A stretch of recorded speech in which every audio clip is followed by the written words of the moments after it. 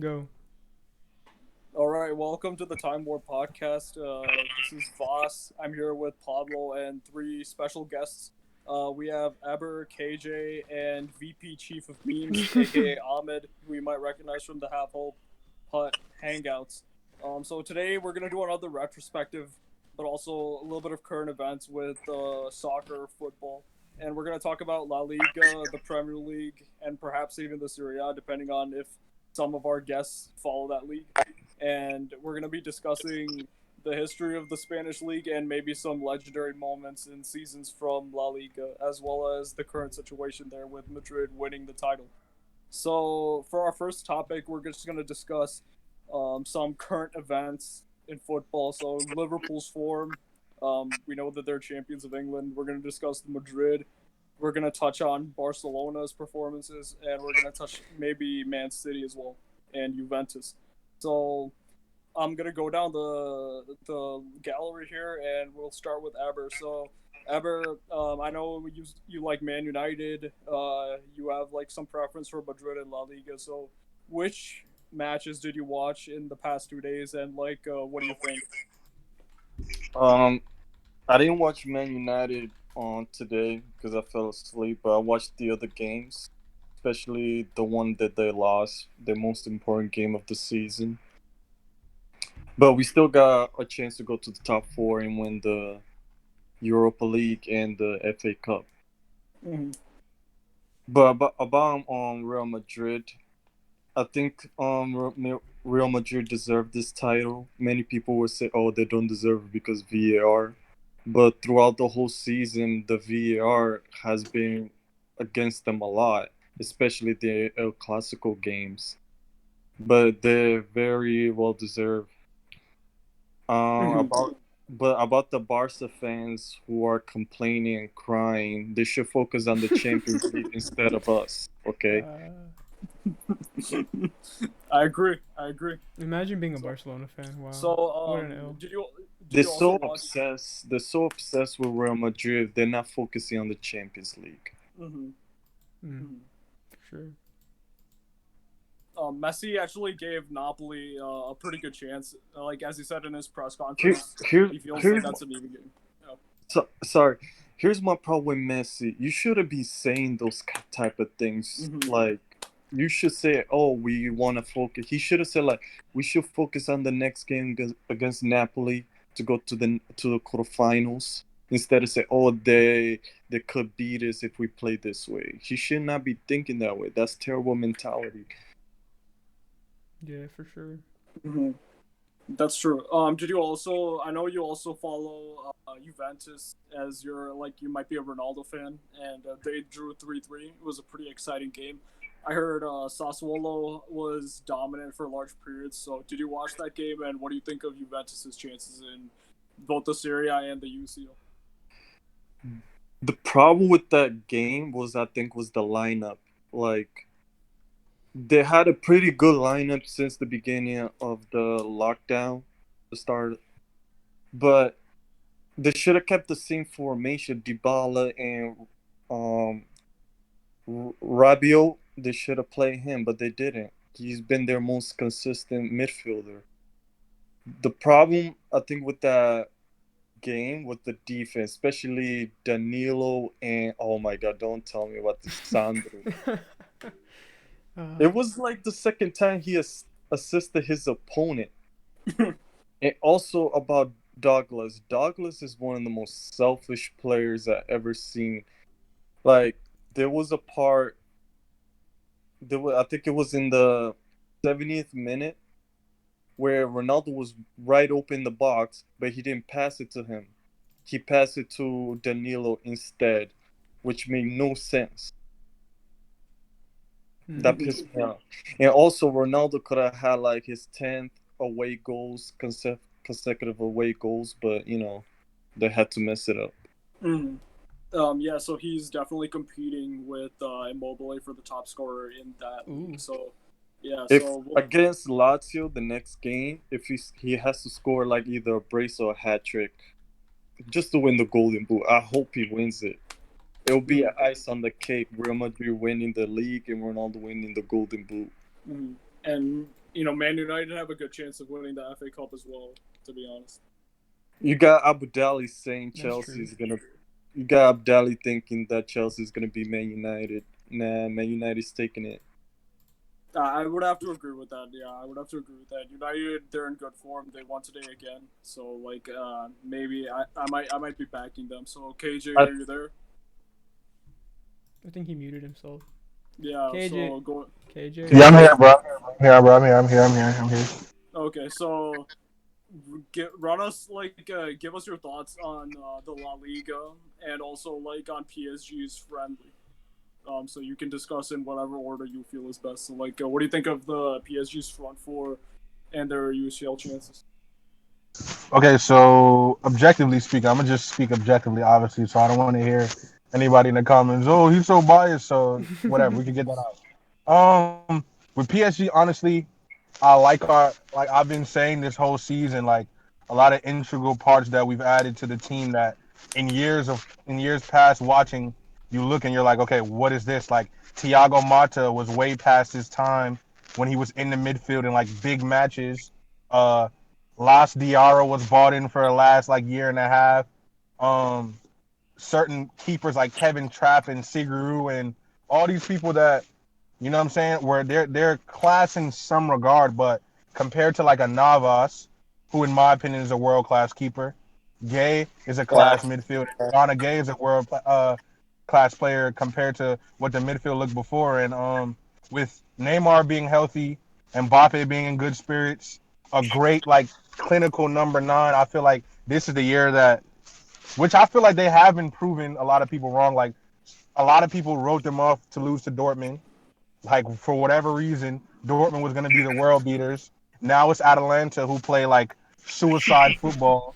They're supposed to score 10 goals against PSG come August. So I feel like the chances it's a great chances. Like I'm not gonna go as far as saying as PSG's for sure gonna win it, but I feel like in the past 7 years this is the best chance PSG has had to win the CL. So I feel like I'm comfortable against the matchup. Like I feel like PSG can best Atletico if it gets to that, and I feel like PSG is definitely gonna go through against Atalanta. I've been saying 3-1. That's my scoreline for that 3-1. So off PSG onto La Liga now. The topic at hand. I'm as a supporter of Real, like I'm happy that I'm saying I'm happy that Real all the ups and downs because if you're watching Real this year, like you kind of watch certain games and we're left like, okay, like what's going on? Why is this happening? Like this doesn't look like the Madrid of old, which is not the Madrid of old. So with the addition to Hazard, Hazard's kind of had to his standards, not a good season, which people are calling him flops, which I've always said like given the benefit of the doubt, yeah, he's a professional, like world class footballer. You get paid to do this, but I just feel like people don't look at the bigger like spectrum, which you and I speak on like numerous times as far as like the rest and the actual what these footballers are going through. I just feel like from 2018, like if you're a Belgium, you're a player, you play for Belgium. If you play for any of the teams that went far in the World Cup, you kind of never really had a break. Like you've been playing straight on till from World Cup, like friendlies, whatever the case may be. Like Yep. your qualification matches, like these players haven't rested and they're human at the end of the day. So you know what I'm saying? Belgium overachieved in the World Cup for the most part. I don't think anybody had them. What did they finish second? They won silver, right? They won silver in the World Cup, if I'm not mistaken. Yes, because Bronze, they bronze. bronze. Excuse me, bronze. But they did well. Like they did better than I thought they were gonna do.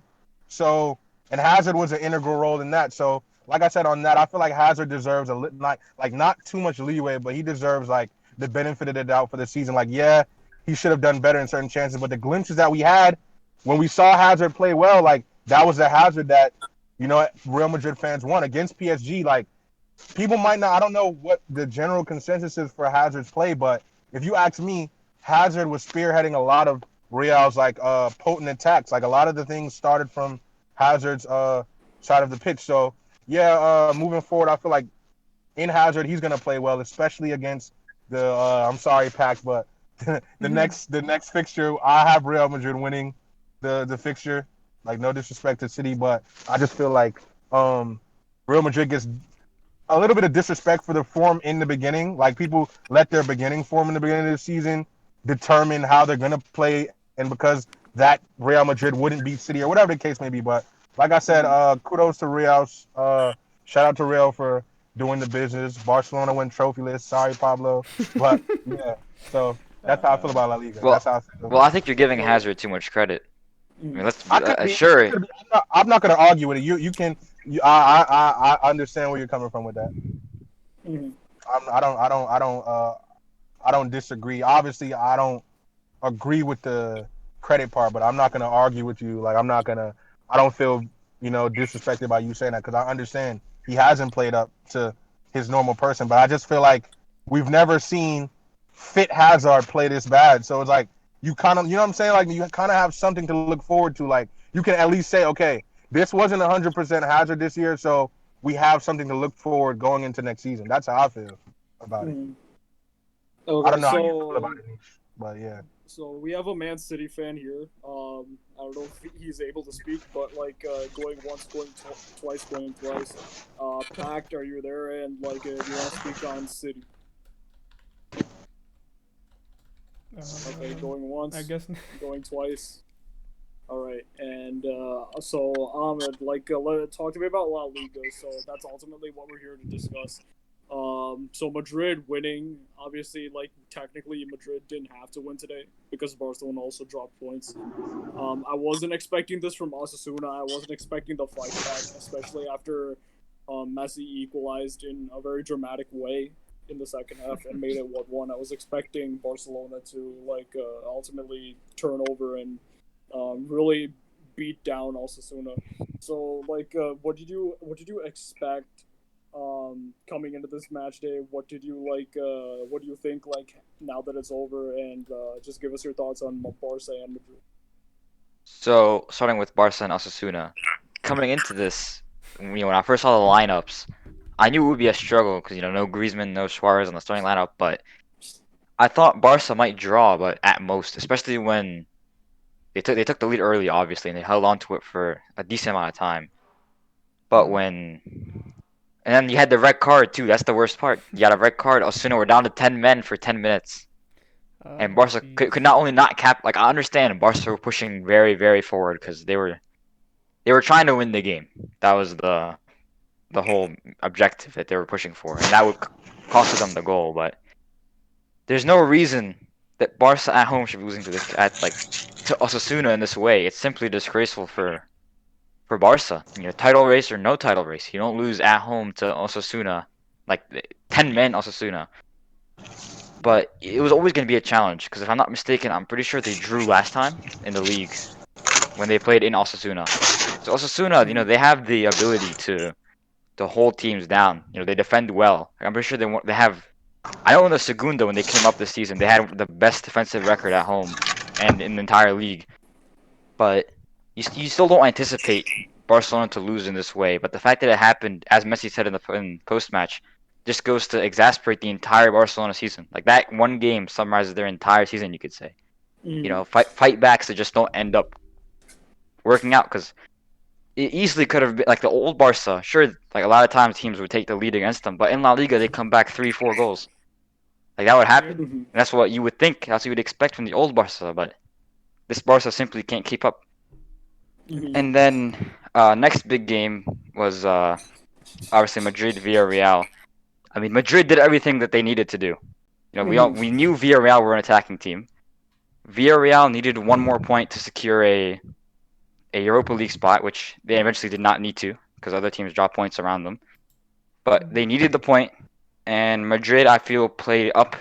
They played up to the competition. They showed that they were the best team in La Liga. They attacked, they pressed. Benzema got the goal. They won a penalty, and then Asensio especially coming off the bench to impress the way he did. I would be shocked to see Asensio not start against Manchester City the way he's been playing whenever he comes off the bench. And honestly,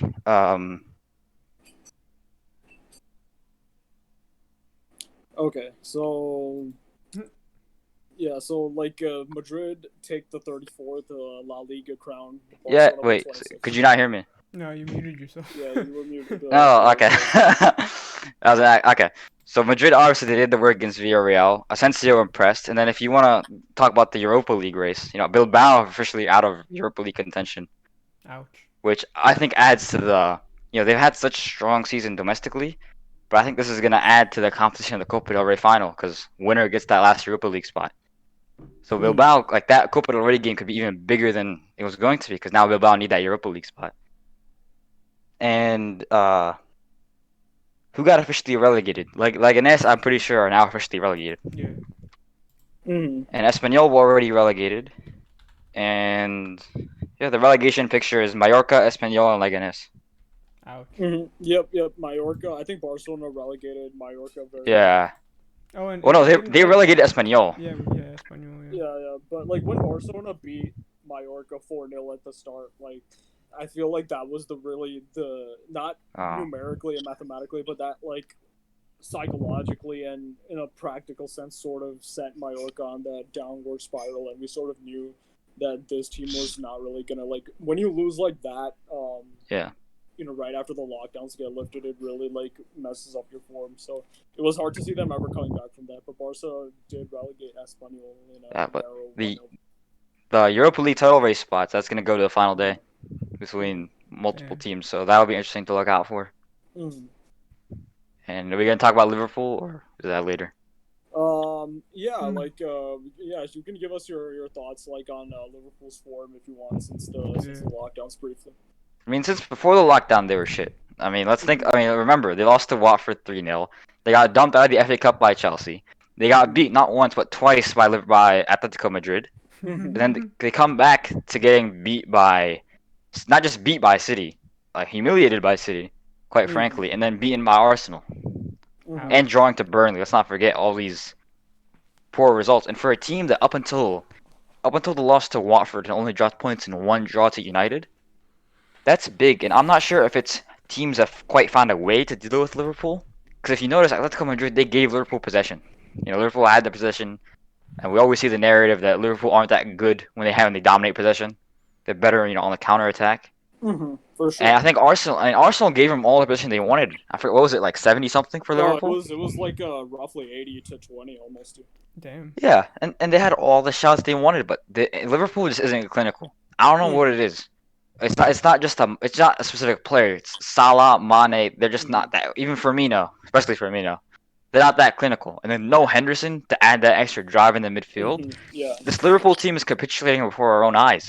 Like, if they don't do something this summer, like, Liverpool might not even be a title challenge for City next season, let alone the Champions League. Liverpool have clearly been failing to meet not just expectations, just failing to meet the level that a championship winning side should be playing at. And it has to be disgraceful because sure the record doesn't mean that much. Getting to 100 points, like it's just a record. They already won the league, but it's more about what you're actually showing on the pitch, and they're not showing much. Like they talk about, they've been shit all around. They've been shit defensively. They've been shit in midfield. They can't control games anymore. They've been shit attacking. Something's got to change this summer. And it's got to be something big because Liverpool haven't been signing that many big names. Definitely. It's key that you mentioned the summer, and it's key that you mentioned that because if you look at Liverpool's bench, there's not really a whole lot of like quality or X factor coming out of there. Henderson was definitely rested today, and you see like the people that they brought on from the bench couldn't really emulate Henderson and his leadership and the way he motivates the rest of the team, the way he presses in the midfield, his work rate. They couldn't really get that without him. If they're Salah, I know like they were missing a lot of players in that comeback against Barcelona, and that like really showed. I felt Klopp's tactical nous, being able to navigate all those injuries and still succeed in the Champions League semifinal despite missing several key names. But I feel like that was an instance of lightning in the bottle because if you look critically at Liverpool's bench, like there's not a whole lot of like very impressive names on there. You have Naby Keita. I feel like Naby Keita is a very technical player, but how creative is he? Like, how truly creative is he? He's not really an Iniesta or a Modric. He's not really a Thomas Muller. Somebody who can do the simple things but still be like a creative force from the midfield. They don't really have that guy in the midfield who can link up with the attack and create chances. Ox used to be that pre-injury, but post-injury, I mean, you would have to say he's not really that impressive. And if you look at Klopp's record with Dortmund, like they won back-to-back Bundesligas. In 12-13, actually, they weren't that impressive in the league. Bayern won the league in record time that season.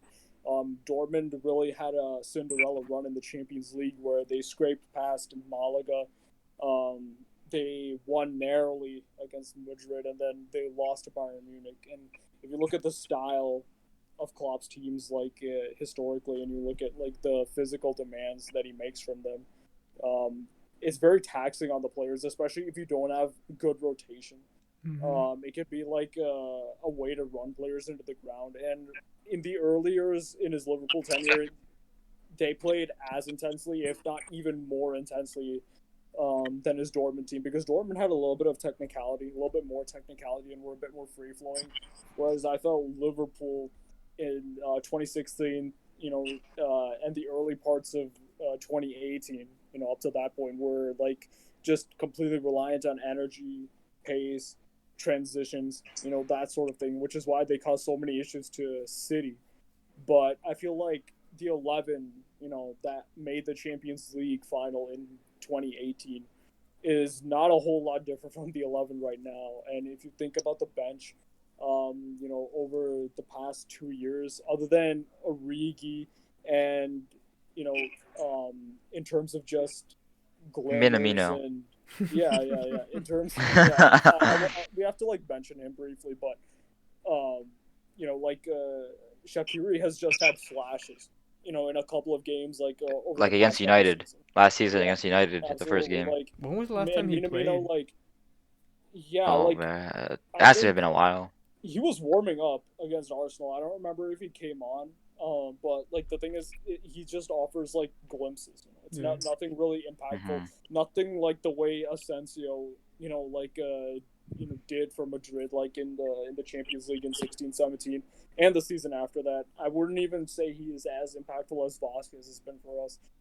So signings are really important. Minamino was more or less, you can call him a banter signing, analogous to the Jovic signing that Madrid did. He's really a bench player, and he's really there to play cup games, to play like the last 10 minutes, last 5 minutes, like of league games that have already been done and dusted. Really, he's not really somebody you can count on to like come on and change the complexion of a game through goals or through dictating play. Mm-hmm. So really, like that's the thing with Liverpool, is that they need to invest. They really need to invest. I think Klopp deserves that. Maybe they need to, like it's difficult given the situation with the pandemic, but I feel like if they increase their wage structure, their numbers, their average player salary, that could potentially attract some young talent from the Bundesliga or the French league. I heard Awar, I heard Havertz for a time. I heard Werner, who ultimately like signed with Chelsea and is going there next season. So like we'll see with Liverpool. Like if they don't sign anybody, it could be a tricky league campaign, because with the ban lifted, Man City surely you would think is going to revamp their squad, rejuvenate their squad, re-energize their squad, and come back very strongly next season. It's So not just gonna like be. yeah. It's not gonna be just City too, because like so many of the other teams, they're all on upward trends. Mhm. Arsenal, maybe you might say it's too early to say Arsenal's on an upward trend, but United are on upward trends. Chelsea are on an uphill trend. Leicester City are on an uphill trend, and Liverpool, they have to improve, because you can't just stay where you are. And Yeah, they with a have team to. Mhm. with a team like Liverpool, they're simply like, it was Atletico Madrid exposed how that they could be beaten in that second leg especially. And then just now other teams are just managing to do it. If Arsenal, not even like a full strength Arsenal even, could do it, like you have to keep in mind Liverpool are going to be in trouble. Like something has to change with Liverpool. Like I get it, they're Premier League champions this season, and they can be happy about that. But when it comes to next season, I think it's going to be a rude awakening for a lot of Liverpool fans. Mhm. It Mhm. could be Another if yeah. another thing I realized about Liverpool, they seem too relaxed since they won the league. Like they better get prepared for next season because I'm seeing on Chelsea, Man United improving. Probably Man City will do it also, you know. But Liverpool's I don't see Liverpool making like big moves. Like they need a legit number 9 or a creative midfielder. Mhm. Yeah, that's why and they're trying to sign Thiago. That's what they're trying to do, aren't they? yeah. But they And said he's very, very Thiago. cheap. Yeah. They said Man United could get Thiago. Hmm. Like they could, Man United could hijack him. Mhm. Just like it's like Timo. Everybody thought Timo was going to Liverpool. Look what happened. He went to Chelsea. Mr. Abramovich came in and stole him Yeah. right under their noses. Damn. But yeah, but Thiago, I always hear Thiago going to Liverpool and for like It's the same. 25 million or It's the something. same thing with Bruno Fernandes. Oh yeah. Everybody thought Liverpool could get Bruno Fernandes, but He he was went. rumored to go to Liverpool. Yeah. Really? Even Oh, Man wow. City, also. But Pep Guardiola said we don't need him. No. He was rumored to go to Tottenham and Arsenal. What? Yeah, Arsenal. I didn't know about Tier- Arsenal. Because Arsenal. Tierney and Bruno were both heavily linked to Arsenal. Oh damn. Hmm Tottenham. And before Tottenham got Lo Celso, they were in for Bruno. Wow. And also Liverpool haven't made an official bid for Thiago, by the way. So Really? Yes, I did hear yeah, about that. I did hear about they haven't made an Yeah. official. Oh, It, okay. And it that's just from it just feels like they have Another because of thing, all these loud fans Liverpool on has Twitter. to make profit. They have to make a profit because of the pandemic. They have to sell some players. Well, I mean, they're making. They have. It's not like they've been overspending. Like if you look at their net spend, like in the past seasons, they haven't been spending that much. You know, compared to how much they've been earning and how much money they've been selling players like Coutinho. Like that's they're not that bad. Mm-hmm. yeah. And it's funny. It's funny that Liverpool fans always say like, "I bet Coutinho wishes he never left." Like you guys realize if Coutinho never left, you guys wouldn't have gotten Van Dijk and Exactly. presumably Alisson. Everything happens for a reason. Mhm. For sure. And Well, I I do mean- feel ultimately that's a side effect of like American ownership. Like you saw it with Arsenal, and I feel like it's the Fenway Sports Group that owns the Boston Red Sox actually, who also owns Liverpool. And the thing about it in American sports, like teams don't spend nearly as much as European football clubs, top European football clubs. You'll never see an American franchise splashing Hmm 100 to 220 million on a single player ever, because of Yeah, the wage cap and the never. salary cap system. Like, and they just don't understand the difference in psychology and the difference in ambition as some of the Yeah, and European clubs. I think most clearly you see like historically where that American ownership has gotten clubs into troubles with Arsenal. That's the prime example because it's the Exactly. same ownership group as the LA Rams, if I'm not mistaken, right? Yeah, Stan Yeah. Kroenke. So Kroenke put a lot of resources into the LA Rams, and they got to the Super Bowl 2 seasons ago. They got to the Super Bowl, and that was a big deal for the Kroenke organization. But they can't do it with Arsenal. They can't. They've been flopping. They've been making bad signings. They've They been have spending no money. ambition. They have no ambition. Well, it's not just a lack. We've reached a point where AFT is bigger than Arsenal Football Club, and that's not just the fault of the players or the management. It's also the fault of that's how bad. That's why people were thinking it's gonna take a long time to fix Arsenal because it's an issue from top to bottom, from The management only way I to can see players. them, the only way I can see them like trying to fix themselves if they are in a relegation zone. Hmm. Well, I think the wake up call was when they were thinking they might miss Europe. Which they still might. They might miss out on a Europa League spot. Can't Oh, get I think that. that was their wake up What call a fall because from grace, man. I mean it's an interesting race for a Champions League, and honestly, with La Liga, it was even more interesting with the amount of teams involved. Up until the Corona break, a lot of teams, they just started like Atletico went up in form, Yeah. and so many of the teams just like went down, and that kind of sorted out the race a lot earlier than it probably should have. But it's still a Europa League race, so I'm interested to see how the Europa League spots. Hopefully, Sheffield make it in the Europa League. Hmm. I mean, they can.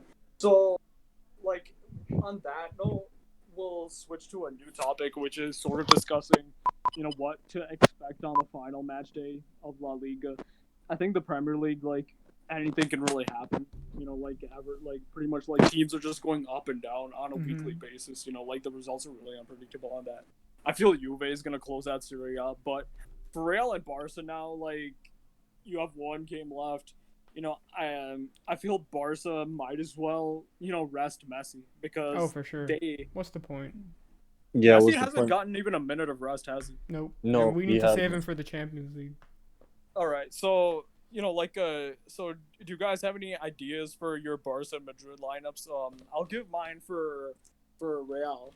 Actually, Okay. I've got an idea for. I just actually we can discuss we'll go down the list, but I'll just put mine out. So I feel like Benzema, like Messi, needs to be rested 100%. He's one of those players who's not even gotten a minute of maybe a minute, maybe during stoppage time he's gotten subbed off, but realistically speaking, he's played the 90 minutes practically of every single game since the restart. So play him 40 to 45 minutes maximum and give Mariano the keys to lead the line this time.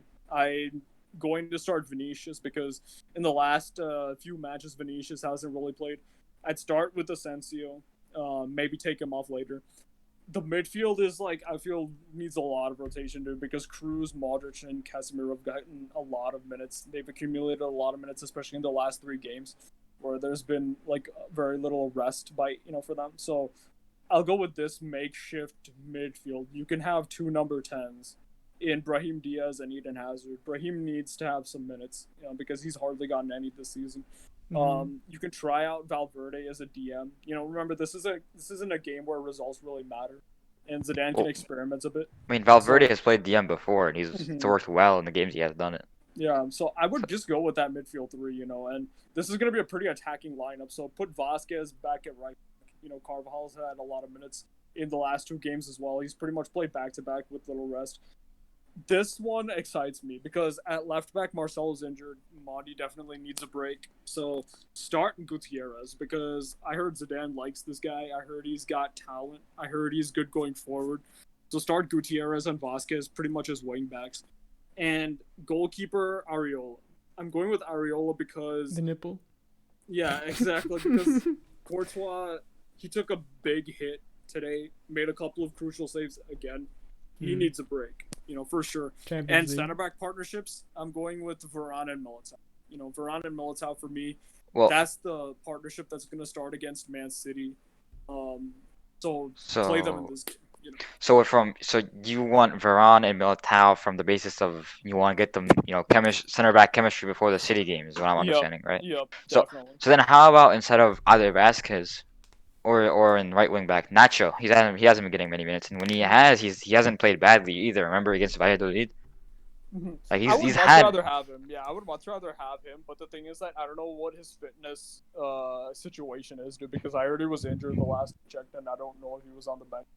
Oh, has he? Oh, I don't know then. Well, I would. The only edit I would make to your lineup is Nacho. I'd put him in if he's fit. I'd put Nacho in. I'd put Nacho in at right back if he's fit too. Yeah, but just assuming he isn't, and because Vasquez played there the last time Carvalho was out, I'd start Vasquez. But if Nacho's fit, obviously you put in Nacho. I think in the attacking build up phase, you can sort of tuck Nacho in and play almost like a back 3 of Varane, Militao, and Nacho when Gutierrez goes up. But definitely Gutierrez should start at left back for this game, and I feel like we should just go at Leganes. They have a minus 21 or 23 goal difference. They've conceded a lot of goals. They're fighting out of relegation. They've won 3 out of their last 4 games. They've kept clean sheets in recent games, and they're putting effort into getting out of relegation. There's still a chance for them because Celta, I think, is just 1 or 2 points ahead of them, so they can overcome that hurdle if Celta drops points, especially. But I feel they're gonna go for it. I feel like we should also go for it and give pretty much everybody a rest now because there's really no point, especially to risk it with injuries. So, Ahmed, do you have anything to add, or what would your lineup be if you have one? honestly, I think the rest of your lineup was spot on. And Mhm. like I said, the only thing I would change is Nacho. If he's fit, I would put Nacho in. Mhm. Mm. Absolutely. I prefer And Nacho personally. maybe either start Jovic Hmm. over Brahim. Not Brahim, not Brahim. Jovic or Mariano. Mariano. Hmm. And then or whoever doesn't start, I would sub on like after the first half Hmm. because Jovic could prove because Jovic we need to see how he is because if he might play against City, Hmm. I'm not sure. We need to test out the two strikers Hmm. besides Benzema. Yeah. Yeah.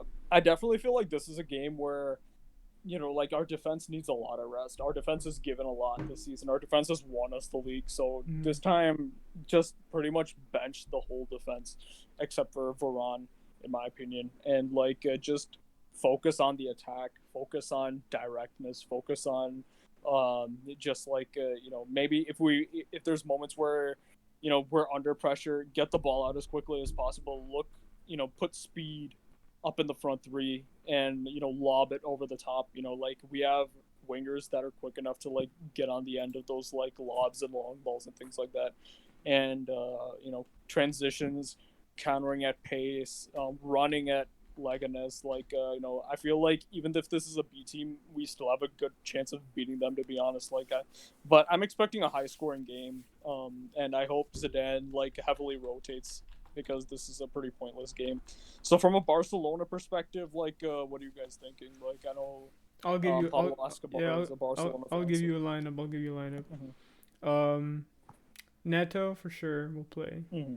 because knowing Setien, he'll probably start Ter Stegen anyway. But but if I'd say okay, so I'd say Neto, Roberto instead of Semedo. Um, Instead of Piqué, I think he'll play Araujo. Mm-hmm. Then Longley, Mm-hmm. Junior Firpo, Okay. Vidal, Mm-hmm. uh, Pooch, Mm-hmm. and it would be really funny if Arthur would start. That would be really hilarious. Yeah, I would doubt it, but if it's not Arthur, who would?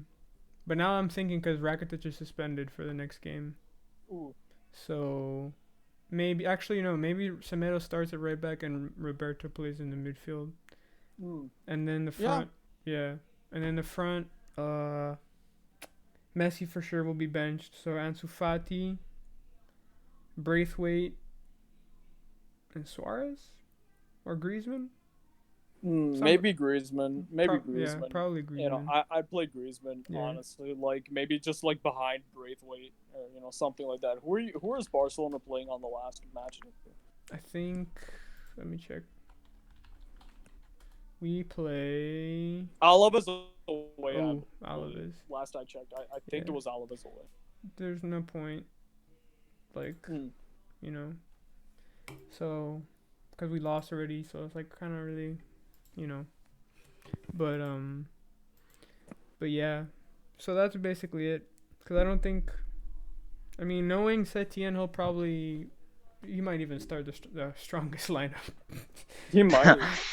Wait, so for Braithwaite, okay, under normal circumstances, he wouldn't be eligible for Champions League football because he was signed outside of the transfer window. But since we're currently in an actual transfer window, will he be eligible for Champions League? No, he can't Okay. play. Yeah, and plus I'm hearing that he'll leave at the end of the season anyway. Mm-hmm. Bartomeu, another masterclass. Mm-hmm. So, I mean, if he's going back to Leganes, then I bet he better hope they don't get relegated. Even if they don't, will they accept him after what he did? Because honestly, he screwed them over Yeah, for sure. with that. Like they That's got true. right now they're struggling Mhm. for safety, Yeah. and And as much as I hate Leganes, like from a Leganes perspective, that's challenging to take that they're gonna get Yeah. relegated because of that. That's true. Yeah, And it the is. beginning, when we first signed Braithwaite, he was doing so well. I remember those 2 games that he played, and totally outshowed Griezmann. Like he completely just destroyed Griezmann's like legacy at Barcelona, even though he hasn't been there for a while. But yeah, and then he played today and he didn't do that much, to be honest. So Fati or Braithwaite? no, Braithwaite. Braithwaite. Yeah. Okay. But yeah, other than that, I think that's it. But yeah, so I don't know if anyone else has a lineup, but Yeah. The only thing I'll just add real quick before we Yeah. move on to the next topic, which is La Liga winners Mhm. over the years, is Barcelona, I believe, are going to be missing Vidal and Busquets against Napoli. I don't know what the fitness situation is with De Jong. So potentially like I don't think he'll play. yeah, a De Jong lacking match fitness maybe, and no Vidal and Busquets. So like, what is the like looking at the results today, and depending on the results against Alaves, like from a Napoli perspective, they could be mildly confident against Barca. I still say Barca go through, just because I think Messi's criticism will especially if he comes through his leadership, maybe he will reinvigorate the team, to just take a couple of weeks off, Yeah, for regroup, sure. Mhm. and then go for the Champions League. Try our best. But But yeah. but without the defensive, Busquets sitting in between the lines and Vidal's work rate, his defensive ability, his ability to carry the ball, his ability to shoot, his ability to head the ball, he's a huge piece. I think he's better than Rakitic. I mean, I'd take Vidal over Rakitic definitely. 100%. He's just a better player. He brings more energy into that midfield. He can win second balls. He can defend against take-ons. He's not like a superb tackler. Like I feel like Busquets is probably the cleaner tackler, but Vidal's defensive work rate is probably higher than any Barcelona player right now. Maybe even PK. I'm sure KJ would take him at PSG. I mean, he'd be a good player to have at PSG, honestly, because like if you have Vidal and Idrissa, who's very much like Vidal, flanking a Verratti, giving him coverage and allowing him to express himself, while they take care of the defensive, they put in the work defensively and just let Verratti, do his thing creatively. Like I feel like they could really use a player like that. Yeah. This Barca team isn't that bad. I feel like Valverde would have been a better coach to have given the circumstances, like the few days of rest, how he rotated, how he set up his teams defensively. Like Barcelona conceded a lot of goals. Oh yeah. I don't remember the last time they conceded 2 at home against Atleti. I don't remember the last time they conceded 2 at home against Osasuna. They conceded 2 against Celta Vigo. Like I mean, so they've been conceding a lot of goals, and like you would need a Valverde in there who improved, Busquets defensively, who definitely improved PK defensively, who made Longley look good in La Liga, who used Alba, probably in the best way. Alba probably had his best season at Barcelona last season, like Semedo as well, looked good under Valverde. So there was some. I mean, Barcelona looked pretty good in La Liga under Valverde. So Valverde probably, would make it a closer title race. I mean, I definitely don't see it being 6 points on the last day. I don't see Barcelona lose or dropping points against Atletico at home for sure. But I mean, it is what it is, like he said. So yeah, and for Champions League, one leg, a team that sort of shit houses it, and they can go far in the Champions League. And I feel like Valverde, who emphasized Barca's need to be able to struggle and be able to suffer and still win games, like the way they suffered at Camp Nou against Liverpool and came out of that with a 3-0, the way they suffered against Madrid and all those Clásicos despite not being the better team and still winning. I feel like in a one-leg situation, I feel like he'd probably be a better coach to have than Setien. You can't win a Champions League without knowing how to defend it. I feel like defense comes first. Yep. Every team that's won a cup competition has had a competent defense. Even Chelsea 2012, even Greece 2004, competent defense. Italy 06 World Cup, competent defense. Portugal in the Euro 2016, competent defense. Barcelona under Pep, like they had an elite defense, even though they played attacking football. If you look at the defenders that they had, Dani Alves, a peak Gerard Piqué, a peak Puyol, like these are people who know how to defend.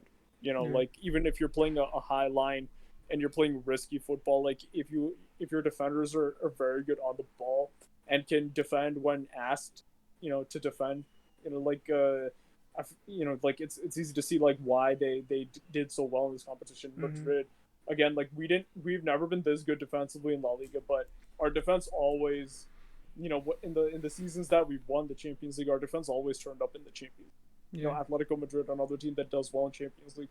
So there's no real, like Liverpool last season. Compare Liverpool 17-18 to Liverpool last season when they won it. The one thing that improved drastically in Liverpool was their defense, both in the league and the Champions League. And that's one of the reasons why they won. They had a very impressive league campaign.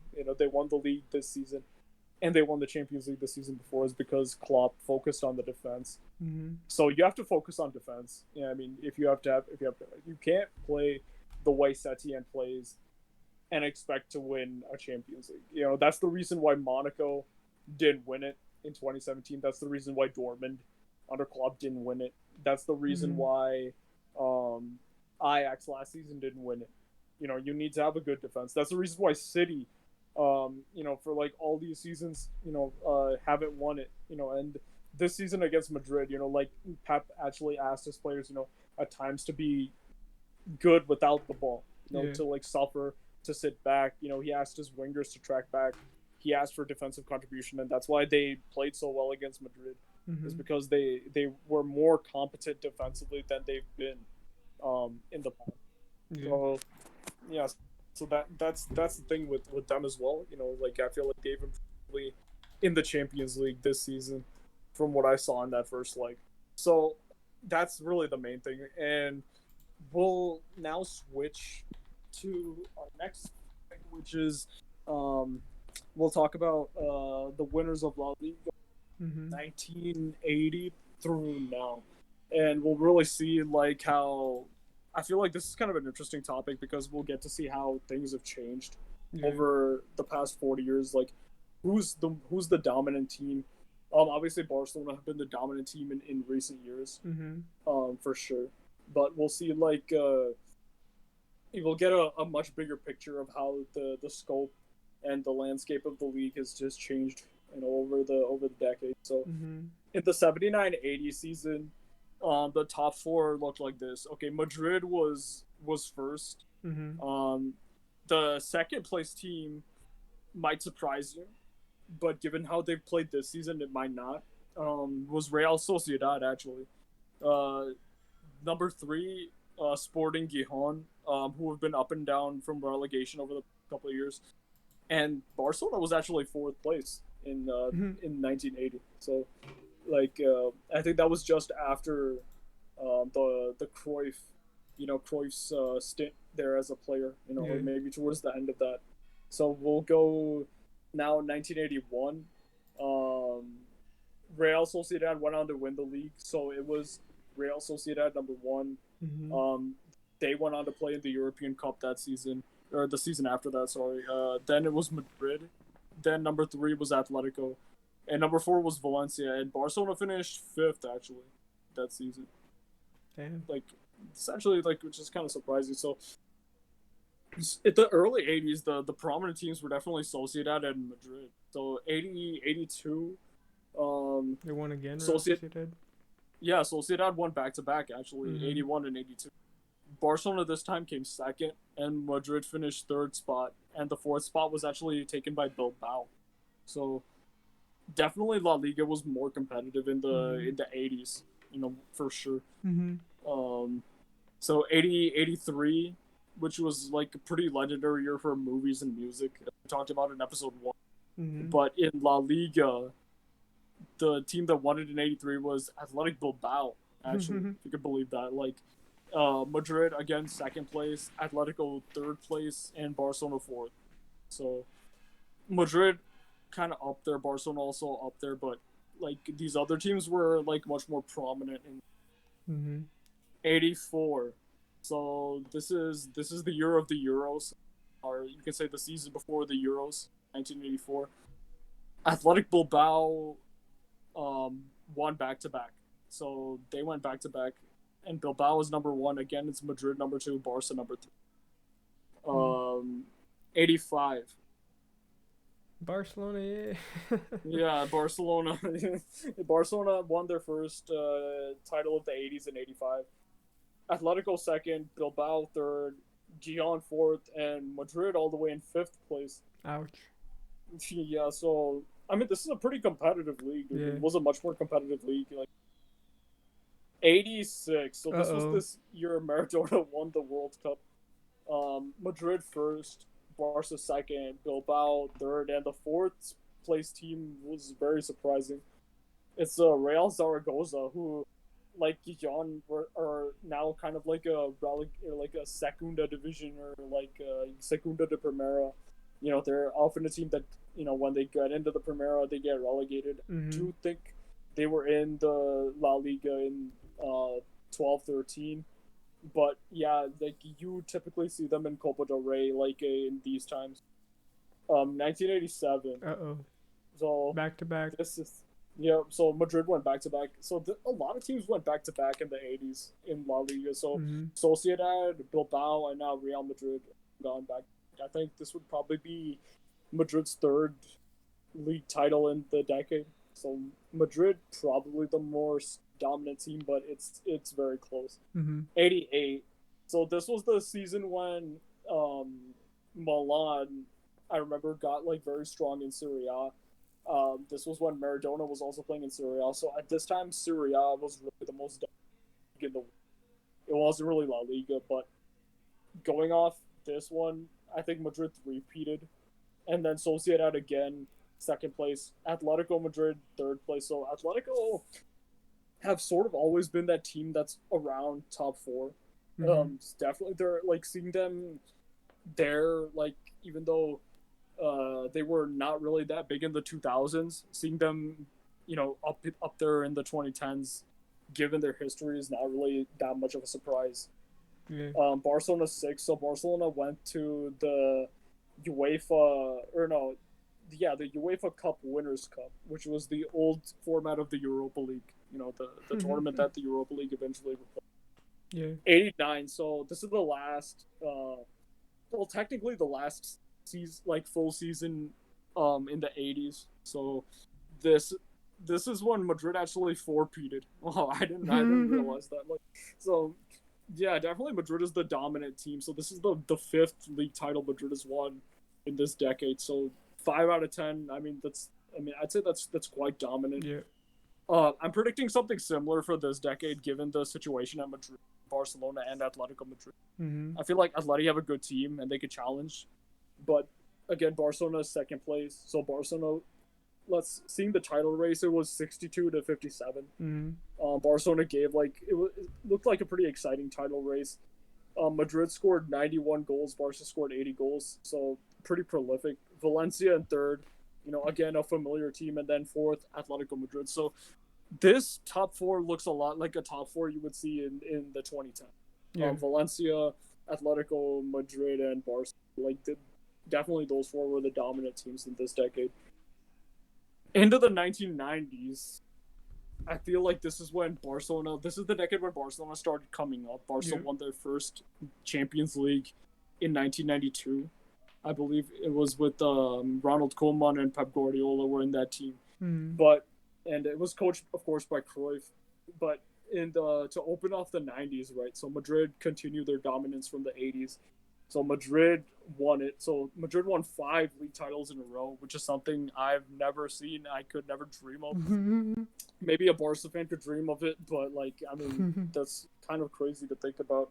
Valencia again, strong. You know, they got much stronger, in the 2000s, early 2000s, especially under Benitez. But they're pretty strong as well. Barcelona third place, Atletico fourth. 1991. So this is when Barcelona won champions. I think this was like around the time when the Champions League like actually format was instated into the top leagues in Europe. Atleti second, Madrid third. So this was pretty much what the top three looked like in the 17-18 and 18-19 seasons, where Barcelona they won comfortably by 10 points, and then Atletico and Real Madrid like 10 and 11 points respectively behind them. 92. So this was the season when Barcelona won their first Champions League. They retained the La Liga with Cruyff, Madrid second, Atletico third. Okay. 92 to 93. Okay, so Barca they won back to back. Oh, it was three in a row. Yeah, 3 in a row. Okay, so now you're really actually. So this was actually in the 80s. It was much more competitive, and I feel like the 90s was where you like late 80s, early 90s was sort of when you saw the duopoly pretty much of La Liga, where it's just Madrid, Barca, like having different eras of dominance, but it's really between those two teams. 94. So this was a year where Barca reached the Champions League final, and okay, so they four-peated. Okay, okay, interesting. Okay, so 94-95. I'm pretty sure this is when Madrid won. Yeah, like I know Madrid won this. Yeah, so this was back when Luis Enrique was actually a Madrid player, and I think we won the Clásico. Like we won the Clásico 5-0. Yeah, this season. Yeah, I do remember that. And the top scorer was a Chilean player, by the way. Madrid's only Chilean player. Oh, Zamorano, yeah. But yeah, continue. 94 to 95. Okay, this is interesting. So Atletico Madrid won, as they would 20 years later. 94. So Atletico, Valencia, Barca, and Espanyol making the top four. Where did Madrid finish in 6th place? Ouch. Okay. Yeah, ouch. Like, damn. So 96 to 97, Real Madrid won. So kind of crazy there to go from 6th to being champions the season after. But I feel like this was really when Perez took over and started building up the team. This is when Raul got into the team. This is when I feel like it. A couple seasons after this, we signed Roberto Carlos, and it was kind of the Galacticos era. It was the beginning for Madrid. So this was like pretty back and forth, actually. So Madrid win 95, Barca win 96, and Madrid win 97. So 97-98, this was the season when we won the 7th Champions League with Heynckes. I think we finished pretty low. Yeah, 4th. So Barca, so it flip-flopped again. So Barca won. Bilbao second, and then Sociedad third. So Sociedad has been a pretty prominent team in the league. Like overall, I'm pretty impressed. Atletico, Valencia, and Sociedad and Bilbao are the names I'm seeing over and over again. Yeah. So 98 to 99, this was when Man United won the treble, and Barca again won the league. Madrid second, Mallorca third.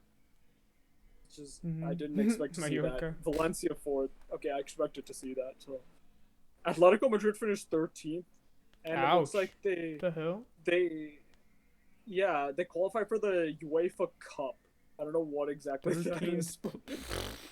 13th place, Jesus. Damn. What is do you know what the UEFA Cup is? I'm not sure what that is. UEFA Cup. Let's see. It's apparently the Europa League. Okay, so I didn't realize you could qualify for that after finishing in 13th place, but I guess the rules were different back then. 2000. And this is a team that very few people expected to win the league. Deportivo won the league with 69 points. They were 5 points clear of Barca and Valencia. Zaragoza 4th, and Madrid again finished 5th place. But I feel like, if I remember correctly, we won the 8th Champions League in this year. So, the 2 seasons we won the Champions League, we finished 4th place and 5th place. I mean, I expected as much from Madrid, underwhelming in the league, but going far in the Champions. Okay, 2000 to 2001. Madrid. Okay, so now Madrid win the league. Yeah. Okay, now Madrid win. Deportivo still second place. Mallorca still third. And Barcelona fourth. So, okay, so for what I'm gathering here, I feel like the 2000s were more. It's kind of odd. It's really odd, dude, because I feel like the 2000s, from what I'm seeing here, are more like the 80s than the 90s, and I actually feel like the 2010s are more like the 90s than the 80s and the 2000s. Do you know what I mean? Like, I feel like the 90s and the 2010s were dominated by Barca and Madrid, whereas the 80s and the 2000s were like actually kind of unpredictable. You know, like I feel like any team, as long as like I feel like the teams were more closer together in quality, and I feel like a team that can be consistent actually had a chance of winning the league over Barca and Madrid in the 2000s and the 90s, or the 80s. But yeah, okay. 01 to 02. I know this is when Zidane scored that crazy goal against Leverkusen in the Champions League final. Valencia under Benitez. Yeah. And then Deportivo second, Real Madrid and Barcelona third and fourth. Behind Valencia and Depor. So, damn. Yeah, 2000s was a really crazy era in La Liga. Actually, much crazier than the 90s. Okay, 03. Okay, 03 you saw Madrid again, so that's kind of normal. Yeah. Sociedad, Depor again, top four, Celta Vigo, and Barcelona making 6th place this time. So, wow, that's pretty crazy. 03-04. Okay, so this was the season Porto won the Champions League. So league table, Valencia first. Okay, so Valencia win again. I think under Benitez. This was before he went to Liverpool, I believe. I believe. Like I don't know. I'm not sure if Benitez was still the Valencia coach or if he had already gone. But yeah, I believe this could have been his last season before he went to Liverpool. Barcelona second. Deportivo again third place. And then Madrid. Deportivo had, I think it was one of the players who made the Brazil 11 for the World Cup final in 2002. I think his name was Danielson, if I'm not mistaken. Like, but yeah, he played for Deportivo. Yeah, they were actually. They had a big Brazil star, in this era too. I think it was Rivaldo, if I'm not mistaken. Maybe Rivaldo played for Depor. But yeah, we'll see. Okay, 04-05. Barca win. Okay, so this was Ronaldinho and Eto'o's Barcelona, so the team that we're kind of familiar with. Madrid second, so that's the Galacticos Madrid. Villarreal third, so this is when Villarreal started coming up. Betis fourth, okay. 05-06, so this is when Barca won their second Champions League. So obviously, you know, they actually did the double. So Barca, champions, Madrid second, Valencia again, and then Osasuna fourth. 06-07. They just beat us today too. Damn. Okay, so 06-07. Okay, so I actually remember this like fairly well, even though I didn't watch La Liga. So this looks pretty familiar. Actually, this looks pretty familiar. Madrid, Barca, Sevilla, Valencia, Villarreal. Okay, that's like a pretty familiar top four. I feel like we went back to back. I feel like, you know, I think this is when Robinho was playing for Madrid. So 07-08, Madrid number one, Villarreal came second, Barcelona came third, Atletico Madrid fourth. So I'm surprised to see Villarreal finish out of Barca and Atleti, but actually that's a pretty familiar top four. 2008-2009. So this is when Pep came to Barca and they did this extra goal. Beautiful. So how many points ahead of Madrid did they finish this season? So this is the birth of the La Liga as we know it today. I feel like this is when the La Liga team started becoming strong, starting with Barca. They finished. I'm kind of surprised it's only 9 points, but yeah, they finished out of Madrid with 9 points. They actually didn't breach the 90 points barrier, so they finished with 87 points, which is around the same points total that we'll finish with by the end of the season. They scored 105 goals though, which is really impressive. Madrid only scored 83 by comparison. Sevilla third and Atletico fourth. Okay, so this is actually a pretty familiar top four.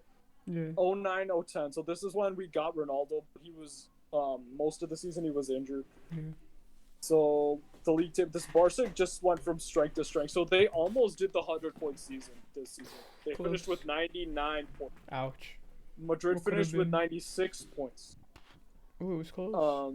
I think this was when Pellegrini was at Madrid, and I'm Oh. actually pretty surprised. I didn't know that actually that My we finished Pellegrini. that with that many points in that season, and we actually scored more goals than Barcelona. We scored 102. They only got, well, I won't say only, but they finished with 98. So, yeah, I'm surprised. We actually had a pretty good season. I feel like we just conceded more goals than them. You know, we conceded 11 more goals than you guys that season. Yeah. Like, I think that ultimately, because Barcelona had a better defense, I feel like they probably finished like a higher. Mm-hmm. So this is probably what people say is the greatest ever Barca team, the 2010 to 2011. Oh, what a team. Okay, so Barca finished with 96 points. Mm-hmm. Mourinho's Madrid. So this is one that famous game where PK held up the five fingers, the 5-0. So Barca got revenge over Madrid for that 1995 5-0. And so Madrid actually again finished with 92 points, which is Wow. actually pretty crazy. I didn't think we finished with that. Again, we scored more goals because, and actually it makes sense. It actually makes sense why we score more goals because Barcelona's main goal scoring threat, if you think about it, was Messi. Yep. I know this season they got Villa. The season before they had Ibrahimovic, who was really not that good. Mm-hmm. But if you look at Madrid, we actually had a proper front four. We had a proper front four with Di Maria, Ozil, Ronaldo, Wayne, and sometimes Benzema would play that striker role. But we actually had a proper front four, and we didn't have just that one focal point who was like contributing almost all the goals, either through assists or directly scoring them. So I feel like that's why we had slightly more goals than Barcelona. So we scored 7 more than Barca, but we conceded 12 more. Okay, so again, it was the defense that let us down. Okay, so in 11-12, this is when we actually broke the record for most points. So we got 100 points. Barca 91 points. Oh, damn. Okay, I don't remember I actually don't remember. It's like, a big gap. it's kind of strange we don't remember like the runners up. But Barca this season and Madrid the seasons before actually had pretty good seasons despite finishing second. So Barca finished with 91 points, scored 114 goals, and then we scored 121. So this is like the peak of La Liga for sure. Yeah. We had a goal difference of 89. Plus 89. Barca had a goal difference of plus 85. So both teams were scoring crazy. I remember this season pretty well. Would win 4-0. Barca would win 5-0. Then we would win 6-0. I mean, like, it would just go back and forth like that. I feel like this was the season where we should have seen a El Clasico 5. Oh. Well, This season had the best Clásicos. I remember Barca beat Madrid in Madrid 3-1 in the fall. And then we won 2-1 in Barcelona in the spring. So both teams won away from home, which is something you actually see more often than you think. And the season after that was when Barcelona got the 100 points. So they pretty much had the season Madrid had the season before. So you guys scored 115 goals, got 100 points, 32 wins, 4 draws, and only 2 losses. And we actually had a pretty bad season by the standards of previous seasons. So we had 85 points. We still scored 103, but we conceded quite a few. We conceded 42 goals. So that's not that good. We drew 7 games.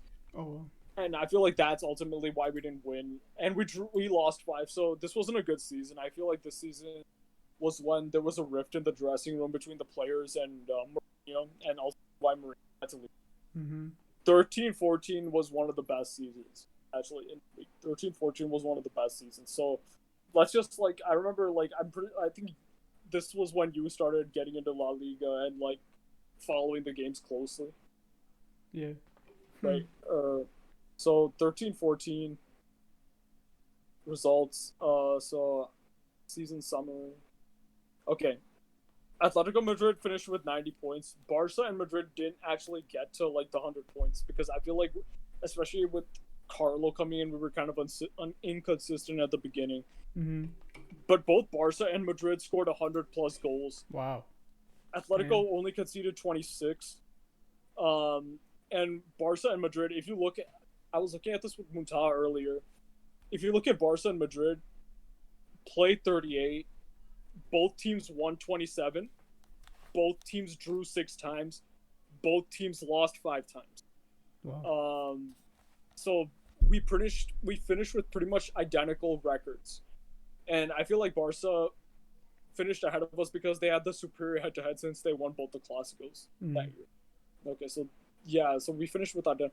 14-15 season hurt probably the most as a Madrid fan because I feel like this was the best season we had where we didn't win anything. And it was probably because, number one, the sale of Casemiro and Alonso hurt us.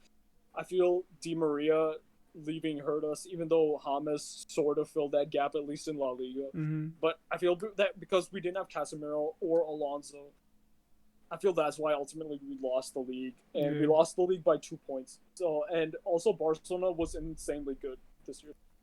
Barcelona only conceded 21 goals over 38 games. This was the season they won the treble with MSN, so 94 points. Oh, beautiful. Madrid 92 points. Both teams won 30.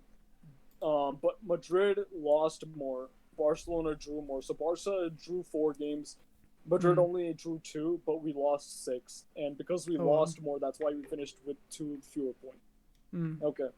15-16. This was probably the best title race, in my opinion.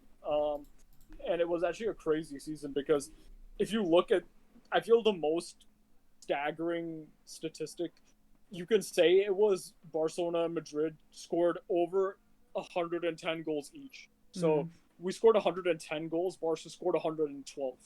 Wow. I think MSN scored around 140 goals in all comps that season. Damn. We only finished a point behind you guys this season. And I feel that was mainly because Zidane came in January, and we had Benitez in the first half of the season, and that's when we lost the league. But we closed the gap to only a point after winning the second class. Yeah. So this was a crazy season. It wasn't a great season initially, and it was really the Barca show initially, but after we won the Clásico, then it became really competitive. And you guys won the Champions League also that season, right? Yeah, we did. And we met Atletico Madrid in the final. And actually the most staggering statistic this season was that Atletico Madrid only conceded 18 goals over 36 games. Or 38 games. So they conceded less than a goal per game. Wow. Which is crazy to think of. 18 goals. That's crazy. I mean, yeah, that's the best defensive record I can remember. So if you compare that to 2011-2012, because at that time we broke the defensive record, we conceded 32 goals that season. So that's the season when we broke the 100 points barrier, and I think that was a record at the time, fewest goals conceded, but they broke that by a pretty fair amount, conceding only 18 goals in the whole season. Okay, so, and they finished only 2 points behind us. So the points gap between the top 3 was only 3 points, from Barca to Atletico Madrid. So that's actually really crazy to think about. 16-17 was a decent season. I feel like Barca weren't at their best that season. We just won one more game. So we won 29 games, Barca won 28 games, and ultimately that's why we won that year. 17-18. This is when we won the Champions League, but we're really awful in the league. And because you guys, I feel Valverde made such a huge difference in your guys' defense. So let's compare 16-17 Barcelona's defense to the season after that. So 16-17, Barca conceded 37 goals in the league and scored 116. Wow. And then 17-18, you guys conceded only 29 goals. You scored fewer, but you conceded way fewer. You conceded how many? Like around 8 less goals. So that actually makes a pretty big difference. Yeah. And you guys actually finished that season with the same points total we finished the season. We finished the season before it was 93 points. So, okay, 18-19, I feel this was probably like when La Liga was at its worst in a long time in terms of overall quality, because we were awful, and I feel like Barcelona actually weren't as good as they were this season. So this season you guys finished with 87 points, so you didn't break the 90 points. We finished with Atletico finished with only 76. We finished with only 68 points. We scored 63 but conceded 46 goals. So we were atrociously bad that season. And then of course this season, which we won the league today. So, yeah, I mean that's pretty good. That's pretty good. So Madrid now have 34, Barcelona have 26. I mean overall it's pretty close. I feel like we're kind of going back to the 80s in the 2020s, because like I feel like right now on the trajectory they're on, unless Laporta comes back. Oh, my Laporta. Yeah. Somebody has to come and save the club. Invest in the youth. Invest in the youth. Okay, invest in the youth. I know. Brings up, because Barca actually have pretty good young players. They have Ricky Puig. They have Ansu Fati. They had had they not negotiated him, he could have been a good player to have in the future. They still have De Jong. They still have Dembele. Coutinho, he's kind of old now, but like they still have a lot of good young players. Longley. You guys can call Cucurella back if you need like an attacking left back to replace Al. You guys have Semedo, so you guys have a pretty good young team. Ter Stegen, young keeper. Yep. I mean, I feel like the Barca team just needs better management. I just feel like they need better management. They need a better. Messi actually has to go. I feel like Messi contributed a lot to Barcelona, but if Barcelona's supposed to grow the way Madrid has grown since Cristiano's left, I feel Messi has to go, dude, because I feel like when the team is built around one player and all the play is deferred to one player, even if that one player can single-handedly allow you to compete in the league, you're sort of holding the other players back. Yep. You know, you're sort of holding the other players back. You saw that in Anfield when Alba had a clear shot at goal and passed it to Messi, who then missed. Right? That's the problem. Like, I feel like it's too Messi centric, and I feel like you can have Messi, you can give Messi a defined role in the team, but it's not supposed to be to the point where like every single thing is going through and you expect him to like be the playmaker. You expect him to, you know, like drop deep and create. You expect him to score the goals. Like, you can't have that. You have to give him a defined role. You have to like limit his role. You have to like sometimes play around him instead of playing through him time and again. Like, I mean, you know, at some point it becomes predictable, and teams know that in the Champions League, if you lock up Messi, you can. As difficult as, I mean, that's easier said than done, but in the Champions League, teams can do that. You know, there's teams that are defensively strong enough in the Champions League or have a good enough midfield in the Champions League where they can cut off Messi from Barcelona's midfield. They can cage Messi. They have techniques, you know, and tactics and coaching. You know, the vision of, you know, managerial vision to do, you know, something like that where they can execute that the way Liverpool executed, the way Bayern executed it in 2013, the way Atletico Madrid did it in 13-14 and 15-16. So yeah, like, I mean, I feel like Barcelona are really easy to be figured out the way that they play. So they need to change the way they play. But I feel like Madrid, with the lone army, it looks like Mbappe might come. It looks like Haaland might come, although that one's a little bit more up in the air. But if Madrid get these two players, I feel like they would effectively replace Ronaldo with the goal-scoring threats of both Mbappe and Haaland in there. Like, we can actually replace Ronaldo's goals fully in the league, at least. I don't know about Champions League, but at least in the league, I feel like we can fully replace his goals if we sign both those players, or even just Mbappe, because we get Mbappe and one other goal scorer to replace, you know, one other striker to replace Benzema, because he's getting old too. So Benzema needs to be eased out. I feel like Haaland's a good replacement. He's a different kind of striker. Mbappe would pretty much bring what old Gareth Bale and Cristiano used to give with pace. So if we go back to more of a counter-attacking system, I feel like we can keep winning these La Ligas. But as for Barcelona, they actually have a better team than what most people think. They just need to change the way they're managed, and they need to change the way they play it. Give Messi a more limited role, even if it means keeping him, benching him some of the games, and just to let the other players get used to playing without be over. And they need a better coach. Like, they need a better coach in addition to a new board. But yeah, that's about it.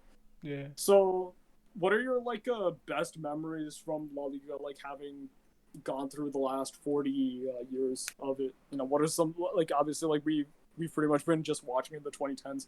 So for me, it's probably the 2012 season was probably our best season. Yeah. The only blemish on that season was that I feel we didn't play our best game. I mean, we didn't manage the game against Bayern Munich in the Champions League well. I feel like, because if you remember that game, we scored 2 goals at home and we turned it around. We lost 2-1 away, but we scored the away goal, and we scored 2 goals on them within the first 15 minutes at home. And instead of keeping on attacking and killing the tie, sort of like what you guys did against Rome, we sort of became conservative. I feel like, because ultimately that's kind of Mourinho's fault that we became conservative. But in the league, where you can get away with doing that, I feel like we were just unstoppable. And those tactics were just perfect for winning the league. And the fact that we scored 121 goals, I feel that was. So what was your best moment, and what was your favorite title? Well, the thing is that I started watching proper football in what was it, the 13, 14. Yeah. That's when I feel actually locked onto a team, which is Barcelona, and started watching all their games and all that. So, and that was when Tata Martino was the coach, and that was great. That was great to watch, obviously. But probably 14, 15 when we won the treble, because that's the only time I've ever seen Barcelona win the Champions League. So, yeah, and watching MSN play, and Dani Alves, and Xavi, even though he was kind of declining, but Iniesta was still playing well. Busquets wasn't finished like he is now. Bravo was there. One of my favorite, the Chilean goalkeeper. Yeah. So, and I always remember the Barcelona versus Bayern when Messi did that skilled move against Boateng and put him on his ass. That was great. But yeah, that was probably the last. That was probably one of the only good memories I have, because I know we've won the league after that, but it's not the same. Sure, you can win the league in Copa del Rey, but it's first of all, the Copa del Rey, who cares?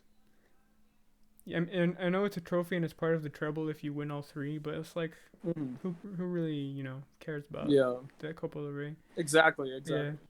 And so I've only seen since that year just La Liga's and disappointment, and Messi's decline and the team's decline. Yeah, the two bottle jobs against Roma and Liverpool. And yeah, so that's really that's my favorite season. So, but hopefully in the future, there's a future for Barcelona, a bright future. Yeah, because I know. I mean, ultimately, Barca will come back. I feel like, but it's the short term, and the reason it's frustrating is because they actually have a good team, but the thing is, they're just mismanaged. You know what I mean? They actually had really good. They sold Dani Alves way too early. Yep. They didn't they underestimated the buying power of teams like Manchester City and PSG by having a really low. Honestly, a relatively low release clause for Neymar, which is only $220 million. By comparison, Ronaldo and Benzema had have $1 billion, or they had $1 billion release clause at Madrid. So it's clubs can put whatever release clause value they want on a player, and I feel like ultimately, regardless of what his father wanted and what he wanted, as long as that release clause was there, Barca could have forced him to stay for at least a little bit more and negotiated higher contract with him, instead of him just like, on a whim deciding to leave and PSG just being able to activate that really easily. Like, I feel like that was just that, like, they didn't really have good foresight there. Yeah. Damn, man. All right, but like, just to round off, dude, like, I feel like a lot of leagues, unlike La Liga, aren't that competitive anymore, and I feel like 100%. It's better to lose competitively than it is to win win so easily. Yeah, like unless it's. No, go ahead. Oh, okay, yeah. Unless it's like Liverpool, where like, okay, they won by like a 20-point margin, but like it's their first league title in ages. So like, obviously, like, for them, it's really special, dude. But for Bayern and Juventus, dude, is it really that big of a deal? Like, are you really that happy with Liga? Like, yeah, like you heard. Did you see that quote from Mourinho? Yeah, what's the quote? He said that there's not a top 5 leagues, there's only top 3. It's La Liga, Premier League, and the Portuguese Premier League, and then there's the Bayern League, the PSG League, and the Juventus League. Those don't count because how many times in a row has Juventus won? Like 8 times in a row or something. They're under their 9th, I think, this season if they win. And then Bayern haven't won as many in a row, but still, like, it's probably like guaranteed every year. Yeah. And then the what was the other league? Oh, PSG. I mean, like, nobody can fucking win that league besides PSG. Yeah. Monaco, they did it once, but since then it's been like, I'm sure if you like going back into history in the Liga and like if you look at the history of the winners, I'm sure there's it's mostly PSG. So, but yeah, that's it. I just remember I saw that yesterday. I saw say that. Yeah, there was some talk of like an Arab business entity buying Lyon. So I mean, if that goes through, that's pretty good, because I mean, Arab owners, unlike American owners or Chinese owners, tend to be like very ambitious. So if they can, like, if it's like a Saudi interest, like, perhaps like maybe they can really build up Lyon to compete with PSG, maybe like outcompete them in the market, maybe, and like that could be really exciting to watch. I mean, honestly, like, Liga could be really exciting to watch. It could be like the La Liga was, in the past decade, with those two teams, like, and maybe it could, if there's a title race, right, like it could attract more players. It could really build up French football. I know they won the World Cup. They've got a really good young team. Maybe they can, like, like, maybe French players will be more excited to stay in France instead of going to foreign leagues with that are more prestigious to win. But yeah, that's pretty much it, dude. I'd rather, like, my favorite season in La Liga was probably 15-16, honestly. Like, even though we didn't win, and even though it was a risky season, because if we didn't win the Champions League, we would go trophyless, in back-to-back seasons. Like, it's crazy to think about, but like, that's my favorite season. The way we, struggled at the beginning, the way the players rebelled against Benitez when we signed Zidane, and almost immediately, like, it took him a couple of months to figure things out, but he really, like, after we lost to Atletico Madrid at home, then, like, he really turned the team around. Yeah. And he instilled a belief in the team, and we were able to, the fact that we were able to beat Barcelona at Camp Nou, and the fact that we almost came back, that, like, we came to within a point. And we lost, like, so narrowly, and like, it's just like, just the drama. If you lose like that, it's better than winning by like 20 points and, like, not having any competition and not truly feeling tension and feeling the edge of your seat action, like the way the Bundesliga is, where it's kind of like routine now. And winning the league, like, if you win the league and nothing else, it's not a successful season for Bayern or Juventus. It doesn't really count because of how routine it's gotten. But in La Liga, winning a La Liga or winning a Premier League is almost like as big as winning a Champions League, honestly. Almost as big as winning a Champions League, because the way Barca, and Madrid, when they get competitive, the way they push each other in these title races, it's like, you know, the games, you know, like winning over and over and over again, like every single week. I mean, it's extremely difficult, you know, and that's the only reason why it's exciting and why it's worthwhile is because, like, it's so hard for teams to like keep winning week in week out, like especially in the COVID era where you're playing every 2 to 3 days. Like, you know, the way Barca pushed us this season was crazy. You know, it was honestly crazy. Like, and looking back, like it was a really great season because, you know, the points gap until today between first and second was no more than 4 points. Yeah. Only today did it go more than 4 points, and it's just only the day that we won the league. But during the actual title race, it was never more than 4. And you know, like I think Barca and Madrid interchanged first and second place like 4 different times in the season. You know, like yeah, I feel like we started first, then Barca overtook us, then like we overtook Barca. I think when we won the Clásico, then Barca overtook us again, and then like I think Barca dropped points. I think it was when Barca dropped points against Sevilla that we actually overtook them, and then that's when we won the league. But for that whole period, like you know, like including the lockdowns, like Barca was ahead of Madrid, and then like Madrid came back during the last like 3 weeks of the pandemic and won the league. Like this was a proper title. You know, it was a proper title race, and it's a huge trophy on it. This trophy is a meaningful trophy, which is the big thing, you know. And the only reason, like, I love La Liga, and I definitely don't want them to do that European Super League thing because La Liga is still, La Liga is still a very difficult league to win, dude. Like, I mean, you saw like Granada outplayed us. I mean, Valladolid outplayed Barcelona. Osasuna beat Barcelona. Like, I mean, we struggled in a lot of these games. You know, winning by penalties. You guys struggled. I mean, so. It's not easy. It's really competitive, and it's a really good league. So I hope they don't switch to that stupid Super League idea because I'd rather them keep Champions League and keep like a domestic, regular domestic, you know, leagues with 20 teams in it. But yeah. Oh yeah, for sure. Yep. So I think that just about wraps it up. Do you have any final? No, not really. Just hoping. All right.